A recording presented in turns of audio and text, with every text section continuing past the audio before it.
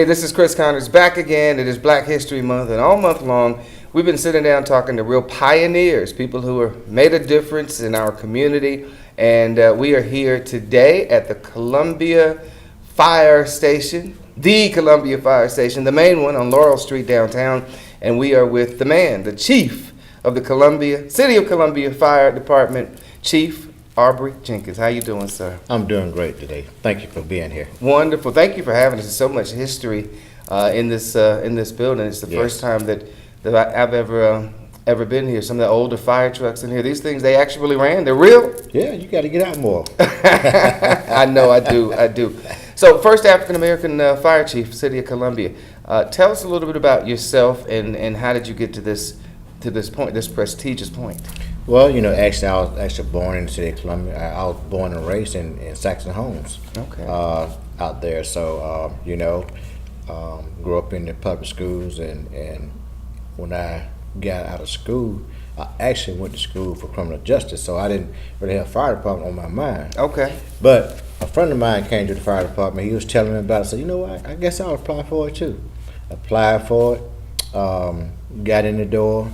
And the thing about it, my training was this.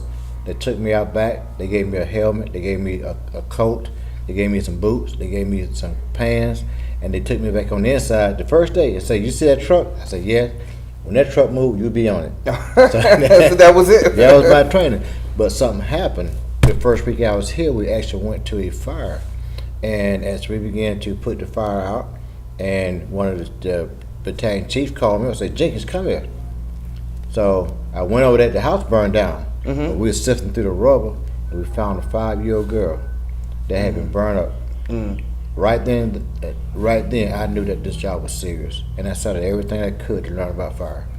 So as I rose to the ranks, went from one rank to another, went through every rank in the department, and in 2005, I got appointed as the deputy fire chief. And in 2010, when the fire chief retired, they appointed me as the interim chief. And 1 year later, I was appointed in 2011 as the fire chief. The head man. The head man.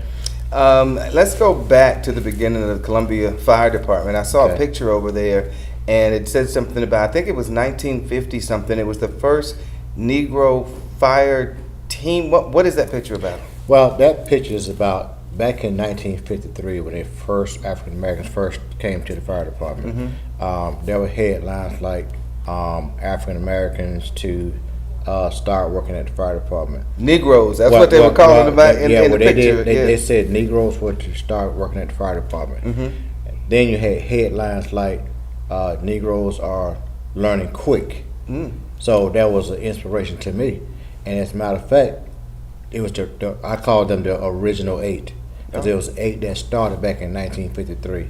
And I had the pleasure of working with more than half of those that first started there. They were still here. As a matter of fact, the last one was buried several years ago. At each one of the last 4, I actually spoke at their funerals. Mm. Wow, that is amazing. So since 1953, African Americans have been a part of the Columbia City Fire Department. Yes, we've made great strides. We have people in all different ranks. Our diversity here is better than most departments. Nationwide, nationally, mm-hmm. You're probably looking at about maybe 7 to 8% African Americans. But in our department, we're better than 30, close to 40%.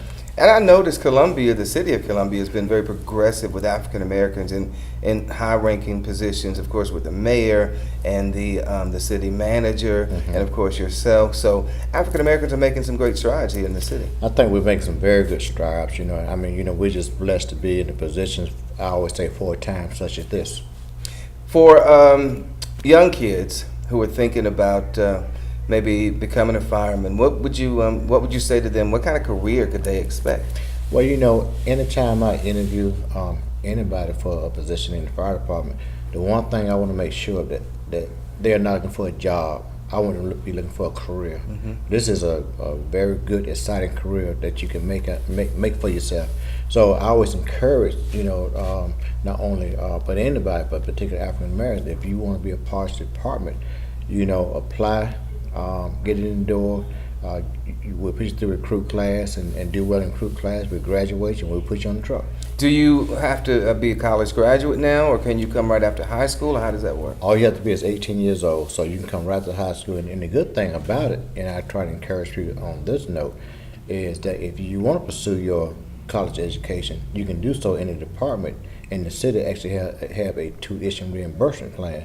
So if you go to college, and a lot of our firefighters actually does it online. Some of them go to class, but most of them do it online, so they get an opportunity not only to work, but also to get some of their college education paid for. And I guess you were showing some young person now that they could actually, if they work hard, they could become fire chief of the city of Columbia. You know, I was talking to a group last week, a group of kids, and up to kids through teenagers, and I was just letting them know, hey, set your mind high. You can become anything you want to be. The possibilities are endless, but you gotta work at it. You gotta work hard. You know, education is the key. Get yourself educated and work hard, and you can become anything you want to be. How many years have you been with the fire department now? I've been with the fire department I just celebrated 40 years last week before last. 40 years. 40 years. Yeah, I started when I was 10 years old. Yeah, I see that. I see that. So you are actually eligible, I guess, to retire from service time, but not from age. I can retire, and actually I did retire a few years ago for 15 days. You know, because the way the state changed their retirement, I just retired for 15 days. I came right back into the position. Okay. Before we go on a serious note, for people who have houses and apartments, what should they look for and make sure that they have in their house, just for safety precautions? And do you guys actually come out and do inspections and things of that nature?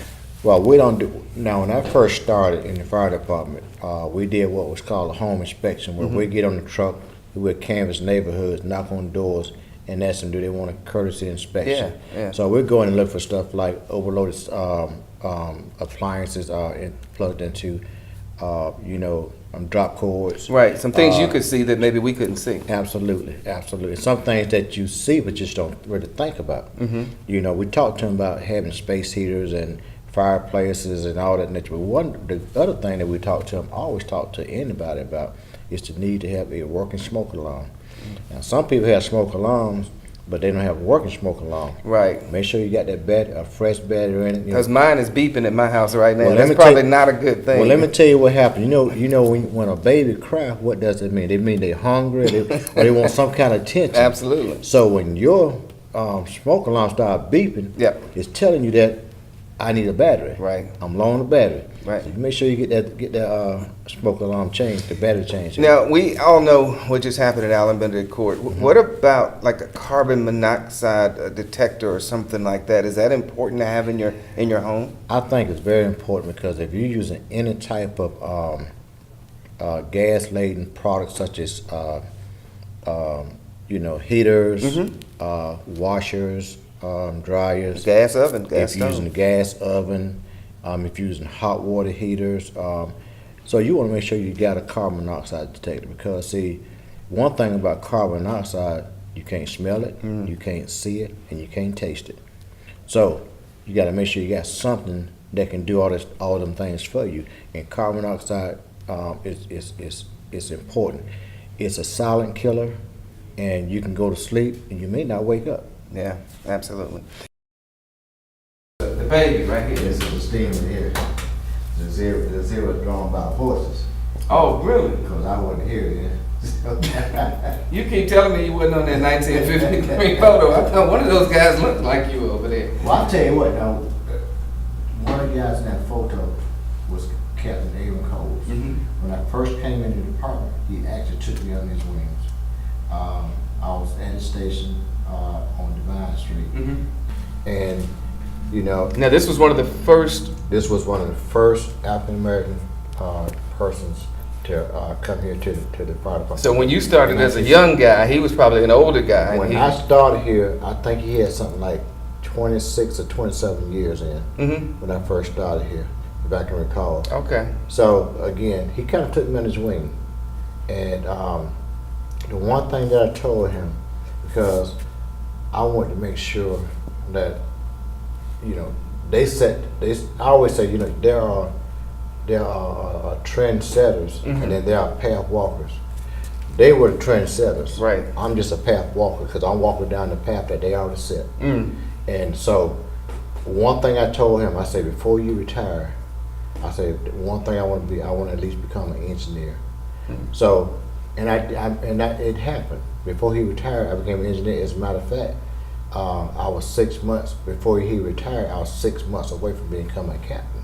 Okay. So, and he was one of my biggest fans, and and he was always encouraging me to just go all the way.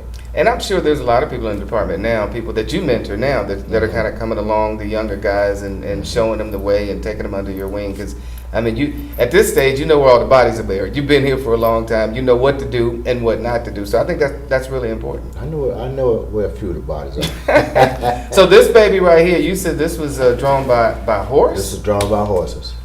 And this was operated when? Oh, probably in the early 20s, back in the day. Okay, back in the day. So when did they Yeah. go to the engine, to the fire engines, and they got away from the horses and all of that? I'm not sure exactly when, but we got some engines. But I do know it's probably back in the 30s. Okay. Or, somewhere along there, even the late 20s. So on this, they actually had the water on here, and they pulled the water. They had to pull the water through this, and this would generate. They would put the coal in here to generate the steam, so that it can push the water through. And they had hoses hooked up to it. So they'd have to find a lake or a river. Well, they had hydrants. Okay, so they did have hydrants back in the day. They had hydrants, so Okay. there was a water source. But if they didn't, obviously they had to do it. They had to draft it out or something. So Gotcha. And this is how they did it back in the day. this is it. All right. You ever drove this? And you know what? I was thinking about putting this thing back in working order. I think you should. I think you should maybe have it in the Christmas parade or something. It'd Well, be you know what? interesting to That see. would be a great idea just to have it in the parade. Yeah. That would be a great idea. I think a lot of kids would like to see this. Chief Jenkins. Not only kids, but me too. We are by nature.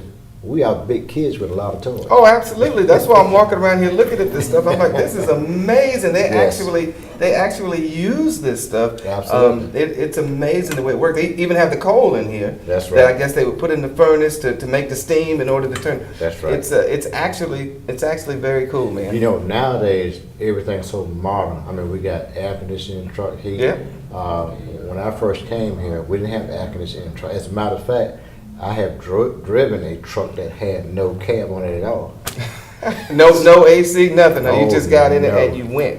You went. Do you guys still stay in the firehouse 24 hours a day? Somebody here on Yes, call? we are. The guys that on shift, they stay here 24 hours a day. So they work 24 hours and they're off 40. Okay.